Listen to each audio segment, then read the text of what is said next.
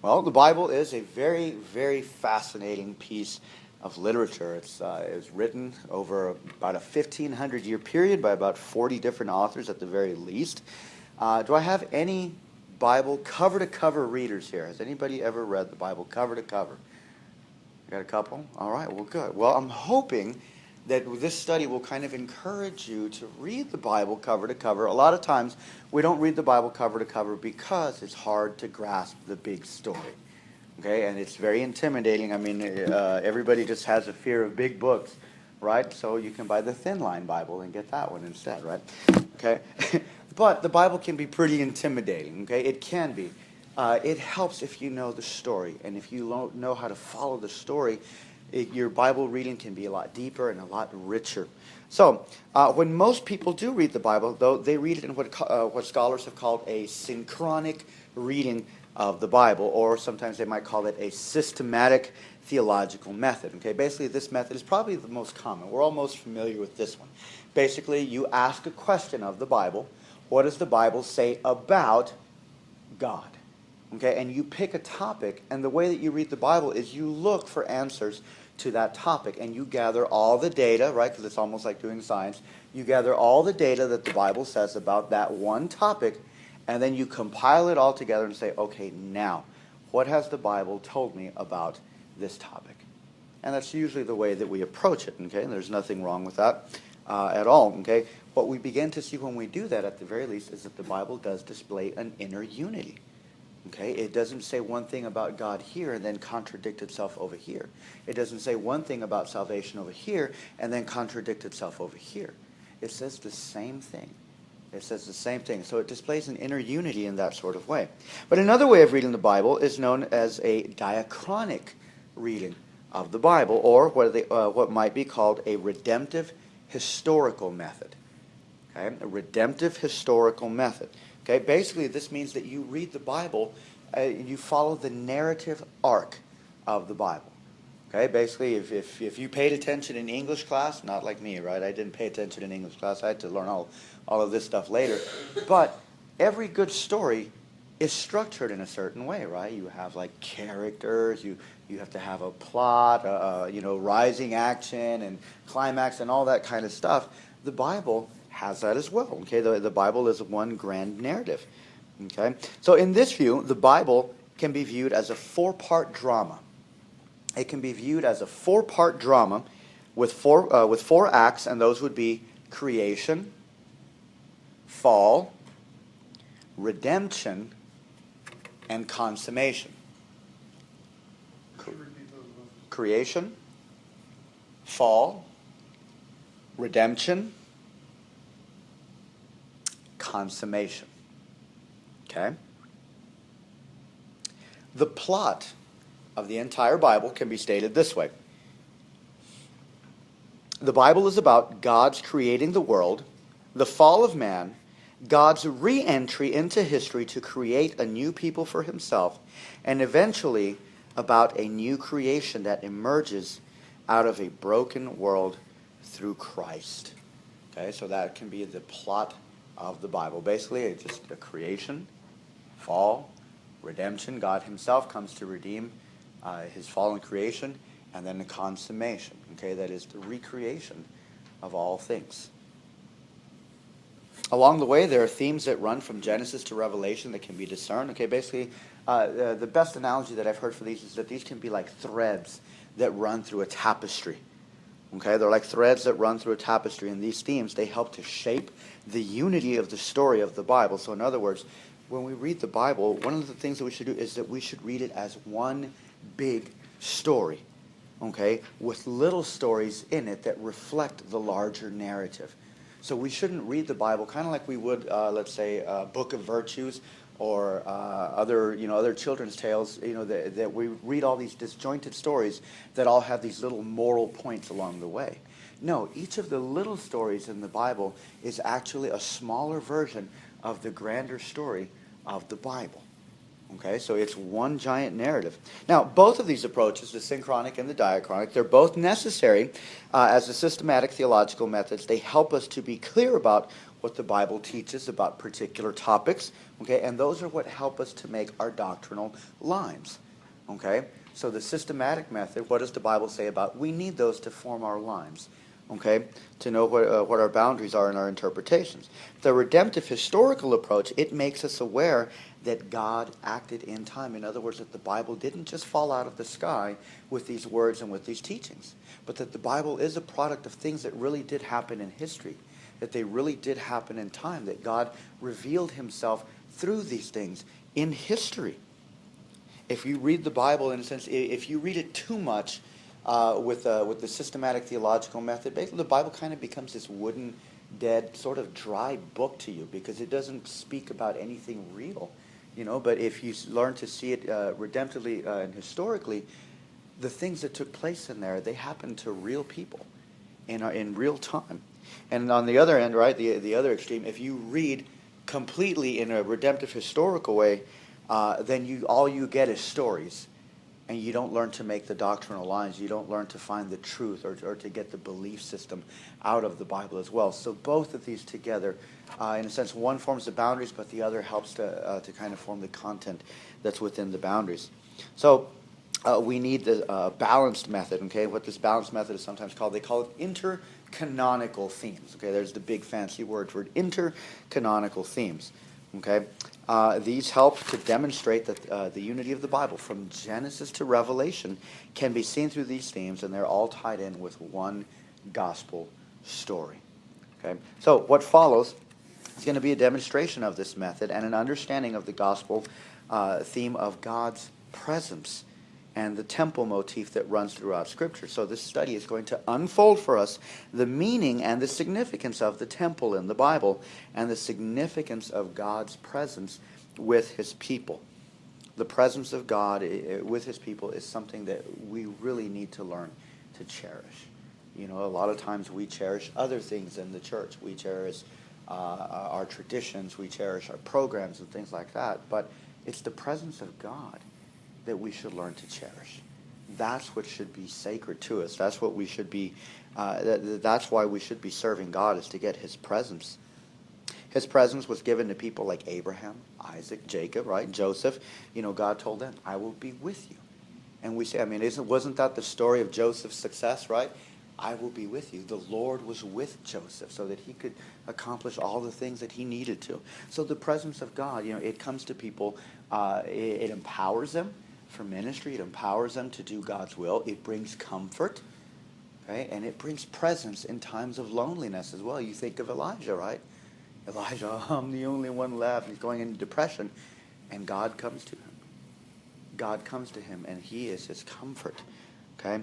So these are the questions then that we're going to be kind of answering is God with us today? How do we know that God is with us?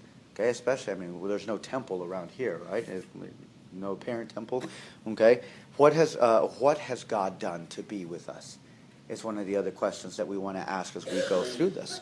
Okay? So I want to propose to you that the entire story of the Bible can be summed up in the story of the temple.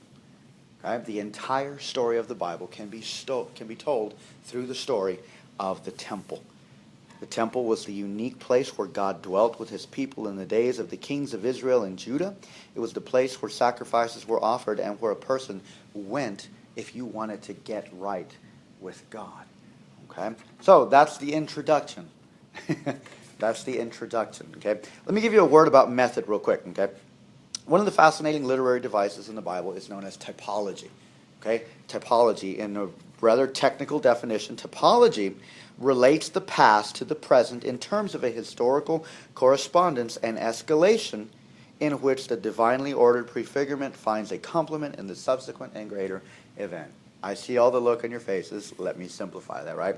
Basically, just what that means is that a past person, place, event, okay, or institution kind of function like a shadow. Okay? They function kind of like a shadow that hint toward a fuller or a more realized event, person, or institution. Okay, does that make sense? All right? Okay, so that is typology. So for example, okay, Moses in the Bible, he was the greatest of the Old Testament prophets, but he was only a prefigurement of a greater prophet to come. Remember what he told the Israelites in Deuteronomy. He said that one day there will come a prophet greater than me who will arise from among the people. He's the one that you need to listen to. He's the one that you need to follow. So in a sense, Moses, and even though it says he was the greatest prophet, okay, he was always pointing away from himself to a greater prophet to come.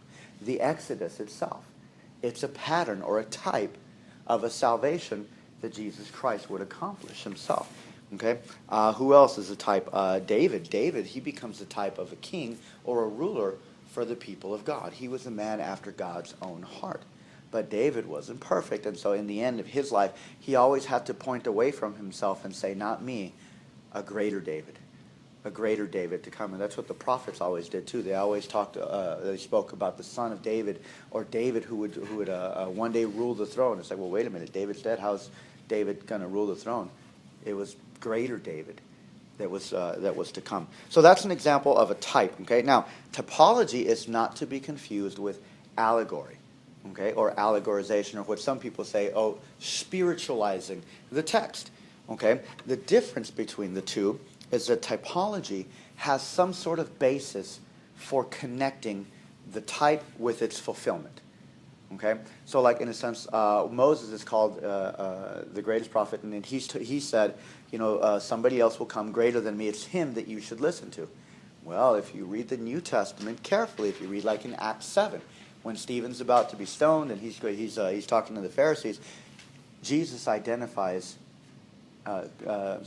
identifies Jesus as the greater prophet that Moses spoke about. Think about Jesus' baptism too. What did the voice from heaven say? This is my son in whom I am well pleased. Listen to him. Those were also the words of the Transfiguration on the Mount. Listen to him. Those were the fulfillment. That was basically God the Father testifying that Jesus Christ was the prophet that Moses spoke about that we should listen to. So in a sense, there's a basis within the Bible itself, within the text itself, for helping us make that connection. Okay? An example of spiritualizing, because maybe we've all heard it. Okay, this is a common one. In the book of Joshua, when they're marching around Jericho, Rahab is told, "Let down a red scarf. That way we'll know that we'll spare you. We won't destroy you." Okay, you might have heard sermons, or you'll hear sermons sometimes. You see, the red scarf is the blood of Jesus, and therefore that is why Rahab was saved. Now, that's theologically correct. I mean, ultimately, if Rahab was saved, she was saved by the sacrifice of Christ. However, there's nothing within the story, nothing within the text that would lead us to connect a red scarf to the sacrifice of Christ. Now, some people, this is what they do. Well, it's red and red blood. Like, okay, wait a minute, stop. There's nothing about the scarf that says that a sacrifice took place, that there was a propitiation offered. So the connection isn't, we can't just make it in a sense at that point just by color.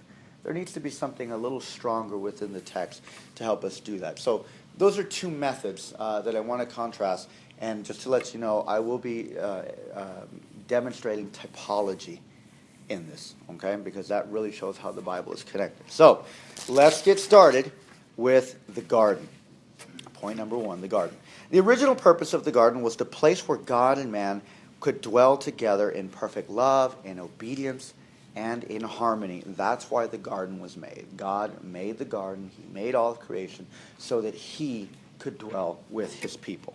Okay? The garden was the original place where mankind was to enjoy the presence of God in the world. Several scholars have noted that the Garden of Eden is the first temple. The Garden of Eden is the first temple. Now, it doesn't look like a temple, right? Because it's a garden. And there's trees, and there's fruit, and there's animals running around all over the place. It's like a temple. What do they mean? Okay?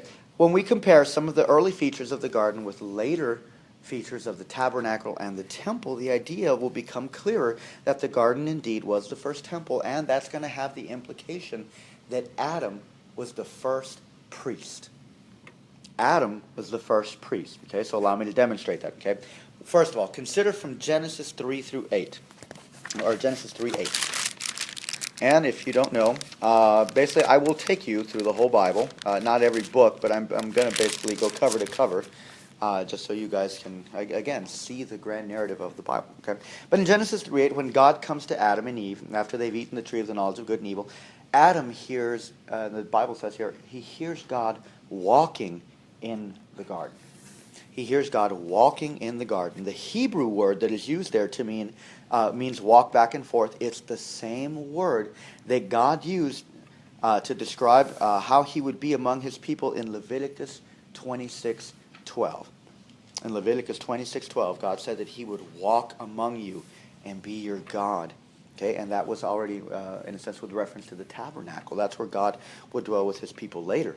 Okay, but that same word is also used to describe God's experience of how he has dwelt with his people in the tabernacle, the mobile dwelling place of God in 2 Samuel 7:6. Okay, so just as the tabernacle and the temple were places of God's special presence, when God created the Garden of Eden, the garden became the place of his localized presence in the midst of creation, where he enters into covenant community with man. Okay, so even though God is, in a sense, we know he's omnipresent, he's everywhere, and he fills all space, he has no boundaries in that way. God chose to localize his presence in a special way in the garden that was not, that he wasn't, in a sense, in the same way. We'll make sense of that one later, right? But in a way that he was not outside of the garden at that point. Okay? God chose to localize his presence in the garden. Okay? It was God's presence that made paradise paradise. So this is something else to take with us here. It was God's presence that made paradise paradise. Because it's not like creation outside of the garden was dead. Okay? God had made it alive. God had filled it. Okay? At creation. But it was God's presence that made paradise paradise. Now secondly, consider from Genesis 2:15 that the commands to work and keep, so this is Adam's first job, right? The first he was created, God gave him a job. How many of us hate Mondays, right? We don't like going to work. That's the first thing God gave Adam, was a job, okay? But the commands to work and to keep, they are unique phrases in the Hebrew Bible. Okay, they're unique phrases. Okay, the Hebrew words abad and shamar are found in places like Numbers 3, verses 7 and 8, Numbers 8:26, and Numbers 18, verses 5 through 6. And every time that they're used there, they refer to the duties of the priest who serve the Lord and guard the tabernacle and the temple. Yes. Numbers 3, verses 7 through 8. Numbers 8:26, and Numbers 18, verses 5 through 6. And everywhere they're used, they're always describing the work of the priests in the tabernacle or the temple. Okay, so this observation gives credence to that Adam was he was given priestly functions. Think about that, though, right? I mean, his job, he was a gardener. But those were his priestly functions, to garden, to keep God's garden. Adam was given priestly functions that were appropriate for the dwelling place of God, the temple garden. Now, some later connections to note is that the garden has gold and onyx. Okay, in Genesis 2:11 and 12, you see that. Okay, gold and these precious stones, they're going to be used later to decorate the inside of the tabernacle and the inside of the temple as well. Consider that there's a river flowing through Eden. You see that in Genesis 2:10. Okay, there's a river, and then it breaks up into 4 parts. Okay, Ezekiel's vision of the temple later, that has a river that's flowing through it, that's flowing out of the temple. Okay, so that's the significance. There's the connection, right? There's a river flowing out of the temple in Ezekiel's vision of the temple, of the restored temple in Ezekiel chapter 47. We will be there in part 2 of the study. Okay. Consider also that the garden, the way that you went into and out of the garden, was from the east. Okay, remember, when man was expelled out of the garden, he was expelled toward the east. And then there was an angel with a flaming sword that guarded the door. What do we always say? Isn't there a book? Is it Steinbeck or somebody? East of Eden? East of Eden. That's the phrase that we use, because that was the way out. The further you went east, the further you got away from the garden. In Genesis 11, when they build the Tower of Babel, what does it say? In the land of Shinar in the east, to let us know that Babel is east of Eden.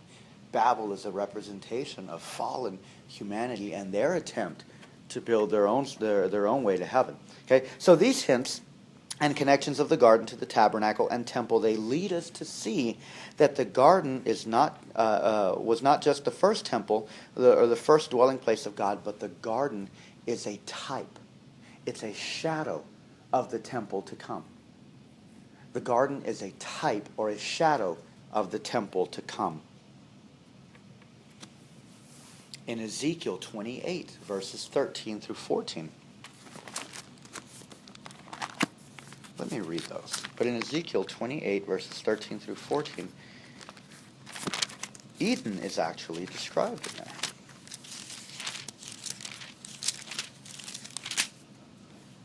Ezekiel 28, 13 through 14.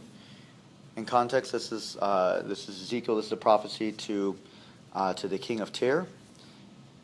But he's kind of given Adamic-like features. But he tells him this. He says, "You were in Eden, the garden of God.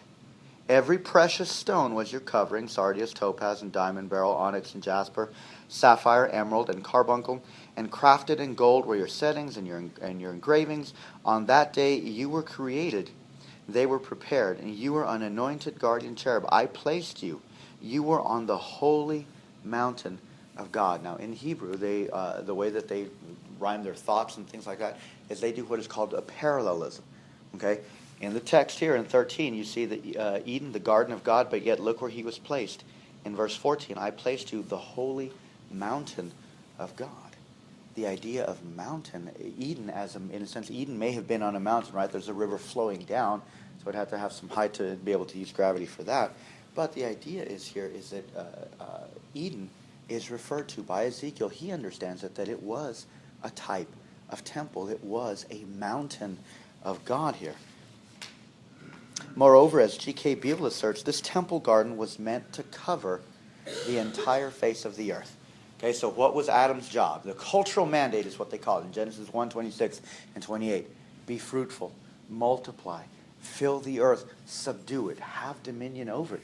If the garden, so here's what I'm getting, right? If the garden is the first temple, and man's job was to make that garden bigger, then the idea of man was that man was supposed to spread the presence of God by spreading the garden temple until the garden temple fills the entire earth. That was man's first job. So we tend to think it was just agricultural, right? There's theological significance in there. There's something a lot deeper happening in Adam's job. Adam is basically told, you're the first priest. Spread this presence until it fills the entire earth. Okay? So theological significance also too is that God created man to dwell with him. Right? We were created to be in the presence of God. We are created to be in the presence of God. Now the tabernacle. The presence of God, it was meant to be the supreme reality in which all of humanity was meant to dwell in. Okay? In the garden, man had satisfaction of all basic human desires in the presence of God. I mean, you had God. What more did you need? Okay? And that's basically what it comes down to. Okay? Man also found purpose for doing the work of God in the garden. Okay? However, the fall of man, God expelled man out of the garden. Man became a fugitive. Man hid from the presence of God. And as a result, in judgment, man was kicked out of the presence of God, kicked out of the garden.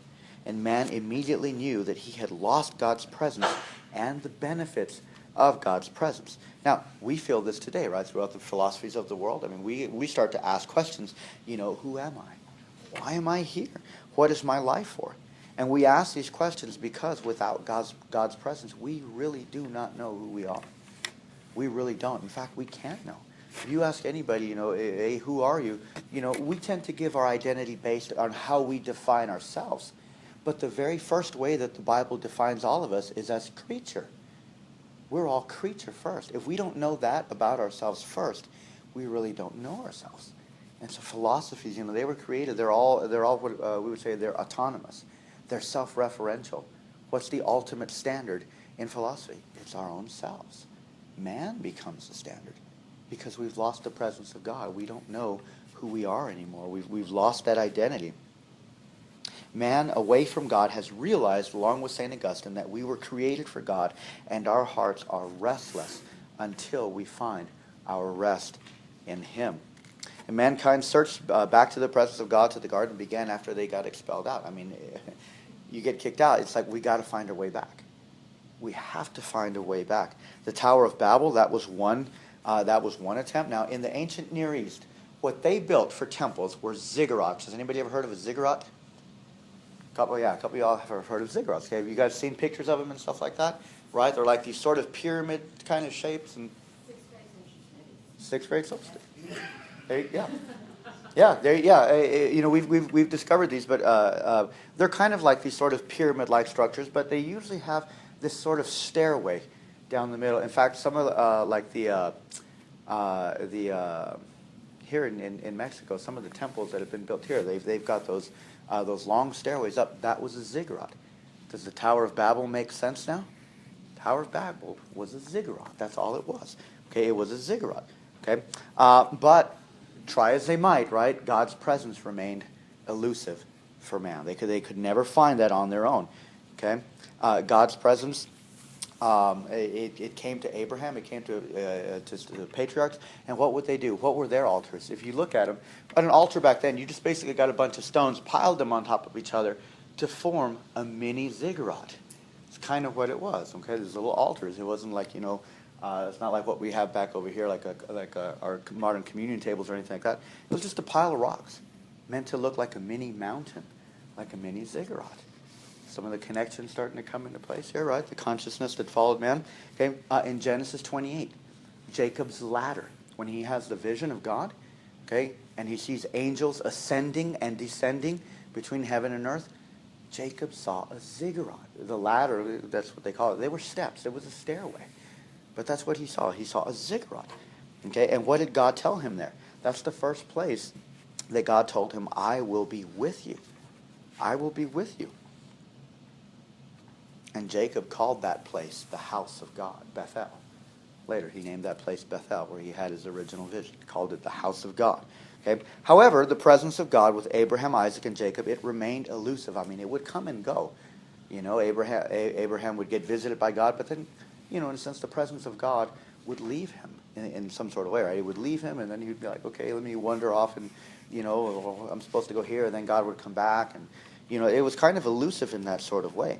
It's not until God's great act of redemption in the Exodus that God revealed a more sustained presence in the tabernacle. Tabernacle, you can read about that in Exodus 25 through 40 with a couple of little narratives in between. Okay, but God told Moses this. He said, "Let them make me a sanctuary, that I may dwell in their midst." Let them make me a sanctuary that I may dwell in their midst. And in the Old Testament, this is the only thing that the people of God got right. It says that when they built the tabernacle, they built it exactly according to the specifications that God gave through Moses. It's the only thing they got right. Okay. Now, what is a tabernacle? The tabernacle, basically, it's a large tent structure where they held revival meetings. No, I'm kidding. But it's a large tent structure. It consisted of 3 distinctive areas. Okay. There was a curtained barrier that formed like an enclosed rectangular courtyard. Okay, so that's the first thing. Okay, and it had an entrance on the east. Inside of this courtyard, there stood the tabernacle. It was a large tent that was divided into 2 sections. Okay, entered from the east, the first room of the tent was called the holy place. And this first part stood the menorah, the table of showbread, the incense altar. Okay, and these were all made of gold. Okay, so keep that in mind, right? They're made of gold. Okay, there was a pair of curtains. As you walked into this room, there's a pair of curtains. Okay. That divided this room, this first room, the holy place, from what was called the most holy place in the back. This latter room was the inner sanctum where was placed the Ark of the Covenant. Okay, so that's where it would house the Ark of the Covenant. The Ark of the Covenant, that's a rectangular box that it served a double function. One, it served as the footstool of a throne. Okay, as the footstool of a throne. And then 2, it served as a chest. Okay, it served as a chest where you could put things. Okay, understood as a footstool, the Ark of the Covenant. It extends the heavenly throne, okay, God's throne in heaven, down to earth. This is, in a sense, earth. In particular, the tabernacle is where God rests his feet. As God is sitting on the throne in heaven, he rests his feet on the ark in the tabernacle. So that brought God's presence to earth. It basically, theologically, it united heaven and earth. That's what that did. It united heaven and earth. Okay. Now, as a chest, the Ark of the Covenant, it stored various items. Okay. You had like what, Aaron's staff, right, that was in there. Okay. But more importantly, you had the covenant documents, the 10 Commandments, right, the 10 words. You had all of that was written in there. That was the contract. That was the treaty. That was God saying, I've done all this for you. This is what you're going to do in response to me. And if you are faithful, I will bless you. If not, here's a list of the curses. There's the contract. It goes in the box. You know, your blood be upon you if you don't. Blah, blah, blah. That all went in there. Okay? In 2 Chronicles 9:18 and Isaiah 66:1, this emphasizes that heaven and earth are connected by a footstool. Okay? There are a few parallels of the tabernacle, which is a mobile temple at this point. Okay? It's like God's mobile home. We shouldn't take that in a bad way, right? Okay? But this is God's mobile temple. Okay? 2 Chronicles 9:18 and Isaiah 66:1. They emphasize, Isaiah 66:1. Yeah, and they emphasize that heaven and earth are connected as a footstool, and in particular, the Isaiah passage is very significant, and both of them actually, because they also say that even though God dwells, we shouldn't think that God's presence is contained by the temple or the tabernacle. Okay? So even though God chooses to dwell there, that doesn't mean that God is limited to the temple or tabernacle, that he can't operate beyond that. Okay? So some of the parallels. Okay? Consider the layout of the tabernacle. Okay? Like the garden, it was entered from the east. Okay? So here's a parallel between the tabernacle and the garden. They were both entered from the east. Okay? And you can see that in Exodus 27, verse 13. As well as Exodus 38:13. Now, like the garden, cherubim guarded the entrance to the presence of God. If you read in Exodus 26, okay, in Exodus 26:1, okay, on the curtains, as you go into the most holy place, cherubim were embroidered onto the curtains. There were cherubim embroidered onto the curtains. Okay, so you couldn't go past into the holy presence of God without going through those cherubim. And remember, only one person a year is allowed in there at the threat of death. If anybody else goes in there at any other time of the year, you will die. That was the way that was. Okay, the menorah. Okay, the menorah. It's this candle, right? But it's in the shape of a tree. It's in the shape of a tree. Okay. Possibly a hint back to the tree that was lost in the garden. Possibly a hint back to the tree of life that was lost in the garden. Okay, so there's this small hint of a tree that's there, it's sitting in the tabernacle. Okay, and like Adam, the priests are told, and I already gave the references to this, the priests are told to work and keep the tabernacle. They're told to work and keep the tabernacle. Those are the same numbers references from earlier. Okay. So now, second, also consider that the tabernacle now functions as the dwelling place of God on earth that Eden was. Okay. The tabernacle now functions as the dwelling place of God on earth that the Garden of Eden was. In Exodus 40, verses 34 through 35, that records that God's glory, his Shekinah presence, it filled the tabernacle. It was God's visible way of showing to everybody, I really am here. I really am going to dwell in this place, in this tabernacle. Okay? And Moses, he would frequently go into the temple, or into the the tabernacle, or the tent of meeting, and it says that he would talk with God, right? Face to face. Basically, it seems, right, like they would have conversations, or Moses would sit there and God, I need to handle this, explain this part to me. He would explain the law, and Moses would write down, Moses would write down things so that he could then delegate to the people, to the elders, so that they could basically manage the people of Israel. Now, third, okay, the tabernacle is created to be a microcosm, that is a miniature representation of the entire cosmos. Okay, what do I mean by that? Consider the colors inside the tabernacle. I didn't read them, but you guys can read them sometime. Okay, the colors inside the tabernacle, the tent, the tapestries, okay, they were in colors of blue, purple, and scarlet. Has anybody ever looked at the night sky outside of the city, and what colors do you see? Blues, purples, scarlets. It's not just black, right? I mean, especially if you see like some of those pictures from the Hubble telescope, when you look up at the heavens, those are some of the colors that are present. Okay? In Psalm 104, verse 2, that verse compares the heavens to a tent, just like the tabernacle. Compares the heavens to a tent, just like the tabernacle. Okay? And this last point, that hints truly that heaven has come down to earth. Heaven has come down to earth in the presentation, in the form of the tabernacle. And it's funny because it's like this ordinary tent. Now, supposedly, and you know what, I'm not going to say supposedly, but they do have, there is supposed to be a replica of what the tabernacle would have looked like somewhere on the East Coast. I don't remember where, but it's to the exact size specifications. You can walk in there and tour it and all that kind of stuff like that. But the idea for the tabernacle was basically supposed to be, when you walked into the tabernacle, I mean, imagine you're in the desert, right? And it's all dusty and dirty out there, but when you walked into the tabernacle, you were basically meant to feel like you had walked into a whole other world. You were meant to feel like you had just stepped into the cosmos itself. And there before you were the cherubim guarding the presence of God. Okay, so that's the significance of the tabernacle, is that in the tabernacle, God really had come down. He had established a presence on earth, but it's a mobile presence at this point, but it's a hint of greater things to come. Okay, it's a step forward. It's not a constant presence, because then the presence goes away. Got to pack up the tent. Okay, let's move another 30 miles. Unpack the tent. Okay, boom, the glory's back inside. Okay, but it was there. The presence was there, and people found comfort having the presence there. Now, Solomon's temple. After several hundred years, through the period of conquest, through the book of Joshua, Judges, 1st and 2nd Samuel, the tabernacle comes to rest at a city called Shiloh. Okay, this little rinky-dink town called Shiloh. In Deuteronomy chapter 12, verses 11 through 14, God spoke of a final permanent place of rest for his home.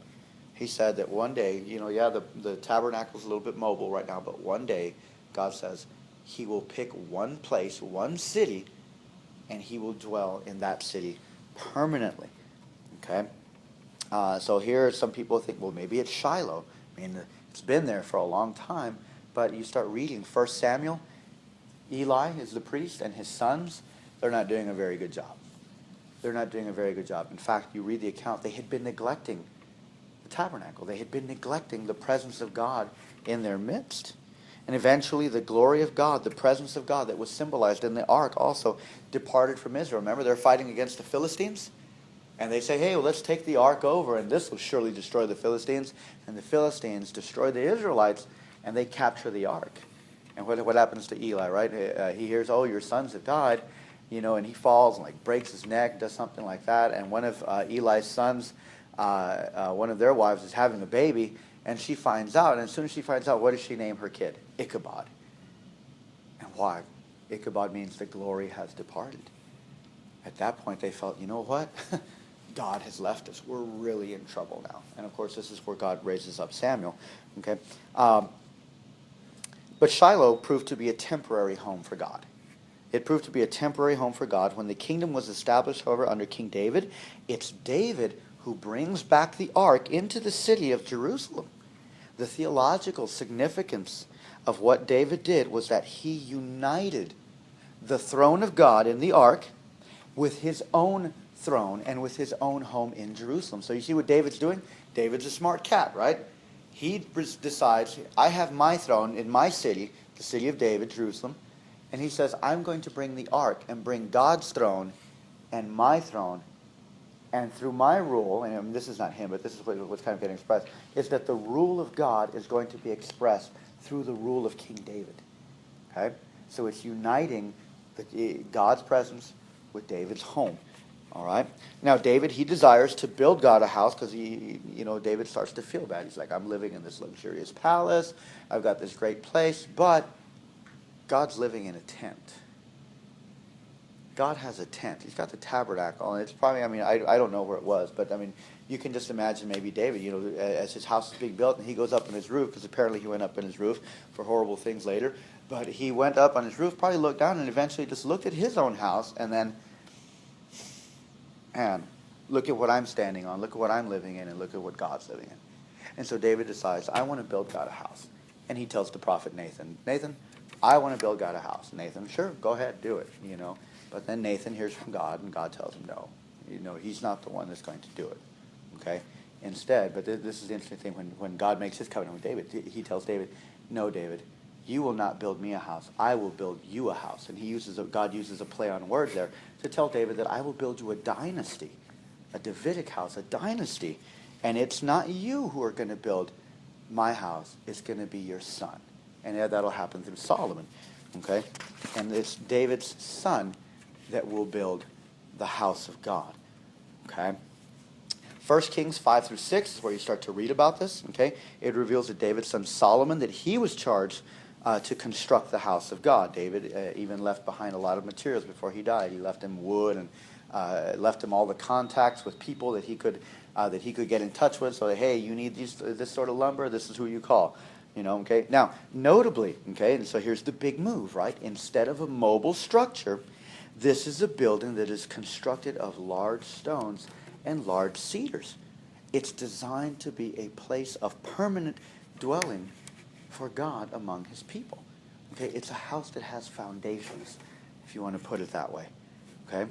In 1 Kings 8, it reveals the ceremony whereby God takes up residence in his new home. In 1 Kings 8, verses 10 through 11, it says that when the glory of God came down and it filled the temple, it says that the glory was so heavy, that it was so thick, that the priests that were in there, that they couldn't minister. They had to run out, and basically kind of like you run out of a house, like, they're full of smoke and it's on fire. They couldn't stand the presence of God. It was so glorious, so heavy, so evident in there. They couldn't even stand in there. They had to run out. God had this was God's exclamation point, like, yes, this is where I'm going to dwell. You guys are my people. I am your God, and I will be among you. Solomon, he prayed in 1 Kings 8:13 after he saw that, right? So after he sees everybody running out, I don't know what it looked like, but Solomon was in so much awe that he said, after witnessing the glorious event, that he indeed had built a place for God to dwell in forever. Now, the features of the design and the structure of the temple, they're rather significant. Okay, so let's make some connections. Okay, first, note that there is garden-like imagery that adorns the inside of the temple. Okay, this is from 1 Kings 6. Okay, there are gourds, there are open flowers, and there are palm trees that are all engraved in gold inside the temple. There are gourds, flowers, and palm trees. This is 1 Kings 6:18, 29, and 32 through 34, where you see those in particular. Okay, 1 Kings 6:18, 29, and 32 through 34. Okay. The entrance of the temple is also facing toward the east, just like the tabernacle. Okay, so the temple, in a sense, if it wasn't obvious with the little menorah tree in the tabernacle, the temple should be an obvious hint. When people walk in there, they're walking into a golden garden. Think about that one. The temple was built, it was designed, it was constructed in such a way that when you walked in, you were walking into a golden garden. Another notable feature of the temple are the metals that are used. I already mentioned gold, okay, but outside the temple structure, you found metals like bronze, maybe some silver, but you found bronze out there. The closer that you got to the Holy of Holies, the metals became more precious. Okay, so like you would walk in, and it says everything was overlaid with gold, but everything inside the Holy of Holies is overlaid with what the way it says in Hebrew is gold, because they don't have they don't have a word for like pure gold, so they would just use superlatives. They would just say gold, or kind of like we say, I don't know, that's you may not have had steak or there's steak and then there's steak. We use it that way. That's kind of the way that they were saying. Like there's gold and then there's gold. That's the way the Hebrew said it, okay? But the closer that you got to the Holy of Holies, the purer the metals got, okay? The purer the metals got. Remember that the garden is a place described where there is gold, okay? So in a sense, you can kind of see now how the garden is sort of hinting at the garden has the raw material to build the temple to come. Kind of see that in there a bit, okay? The Holy of Holies, too, consider this. The Holy of Holies, in the tabernacle, it was only a room that was 15 by 15 by 15, okay? In the temple, it's a room, it's 30 by 30 by 30. It's a cube of gold.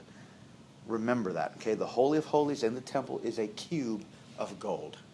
That cube of gold is going to come up later in another temple.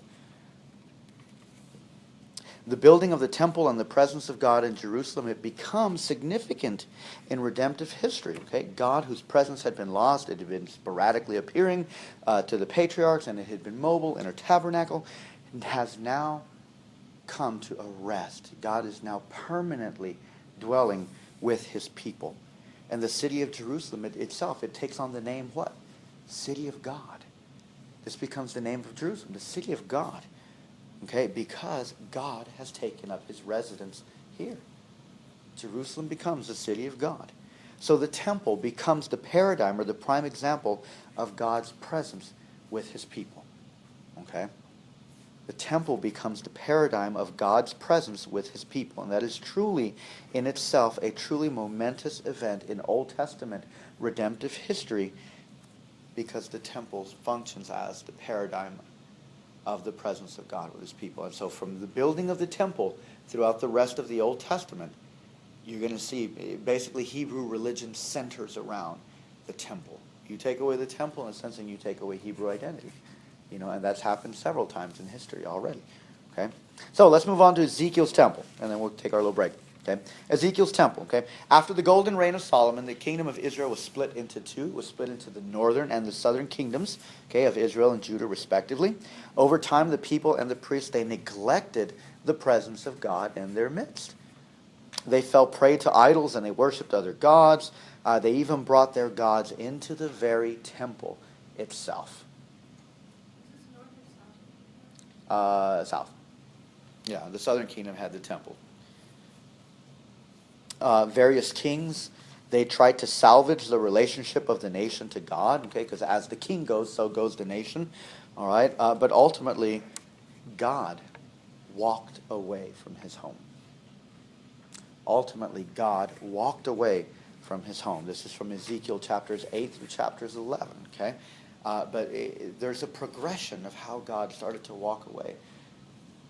God would bring Ezekiel. Ezekiel's in Babylon, but he gave him visions of what was going on in Jerusalem. And he brings Ezekiel and he says, Ezekiel, look at the priests. Look at them. Look at them walk outside and face the east and lift their hands to the sun. What are they doing?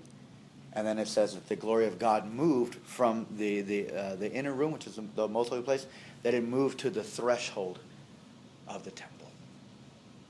And then Ezekiel, look at them. Look at them, idolaters, filled with nothing but idols. And then it says that the glory of God got up and it left. And it walked out. And it rested on a mountain in the east. There's this sort of irony that's at play here, right? The temple, which had been constructed to resemble the garden, to resemble God's home, okay? However, God is kicked out. God is the one now expelled out of his own garden to the east by the idols and the idolatry of his own creatures. Think about that. In the beginning, right, when we sinned, God kicked us out of the garden. But now look at mankind. They've kicked God out of his garden. Irony. It's very interesting. God is no longer in the temple. And the prophets Jeremiah and Ezekiel, they both prophesied the destruction of the temple. And the people in Jerusalem, they began to think, this was their attitude. We've got the temple. Nothing can hurt us. Babylon, bring them on. We've already lived through Assyria. We've done it all. And they would say things. This is from Jeremiah chapter 7, verse 4. The people basically idolatrously relied on the temple. In Jeremiah 7:4, Jeremiah tells the people, he says, do not rely on the phrase, the temple of the Lord, the temple of the Lord, the temple of the Lord. Do not rely on that. That will not save you. And for the Jewish people back then, they could not believe that God would allow his home to be destroyed and to be taken captive by Babylon. And so they felt secure. And these were the message of the false prophets, right? Don't worry about it, guys. Babylon's, they're not even going to make it over here. Exile, maybe 2 years. That's the most. 2 years. 2 years. It was Hananiah, the false prophet with Jeremiah, right? But the beautiful temple, without God in it, is not beautiful. The temple without God in it is not beautiful. Now, what about the faithful? What about the faithful Israelites, the faithful Jews? Remember, the Hebrew religion, it's centered around the temple. It's centered around the presence of God with his people. I mean, remember, if you remember Moses in Exodus 33, when God says to him, you know what, you take these people, you lead them, I'm out of here, you do it. And what does Moses say? He basically says, no, God, if you don't go with us, kill me. I don't want to go if you're not with us. The Jewish religion, it was centered around the presence of God. And when the presence of God is meant to be in the temple, and there's no temple, how do you live out your religion? How do you live that out? And so this is the dilemma of the exiles that have been taken into Babylon already. This is Ezekiel's dilemma. You know, it's like, great, we're in Babylon. You know, our God's over there. You know, what do we do?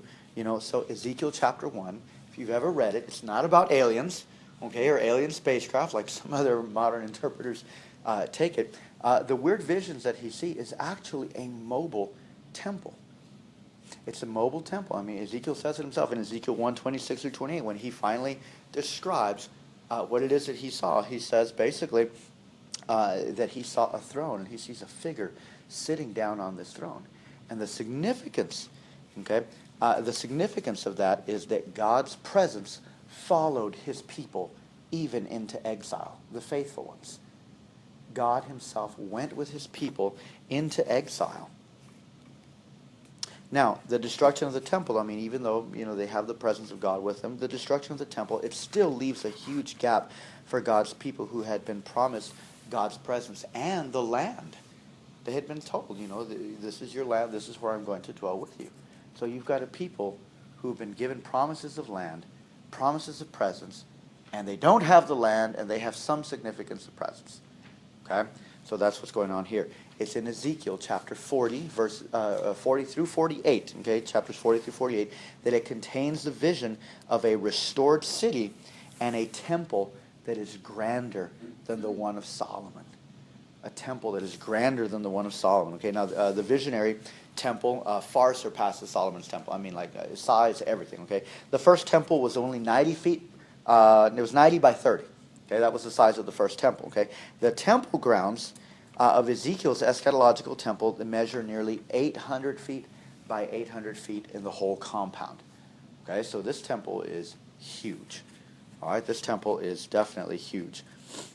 The temple grounds, okay, they've also changed. Here in Ezekiel's vision, it's changed from a rectangle, it's now a square. Okay, you're in a square shape. And the interesting thing about the dimensions of this temple is that there's no heights given. Everything is only given in length and width. There's no height given into this temple.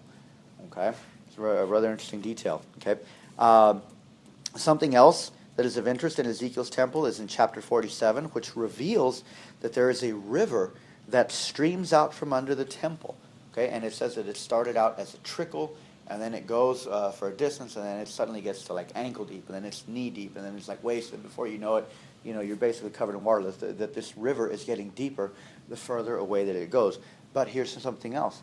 This river, wherever it flows into, okay, and at least from where it would have been near in Jerusalem, this river would have probably flowed into the Dead Sea, and Ezekiel says that the waters of this river brought life to wherever it went.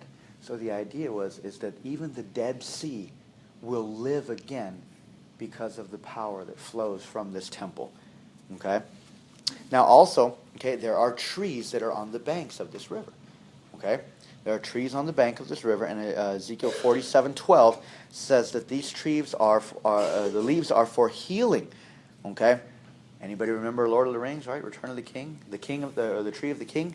In Gondor, okay, the leaves were for healing.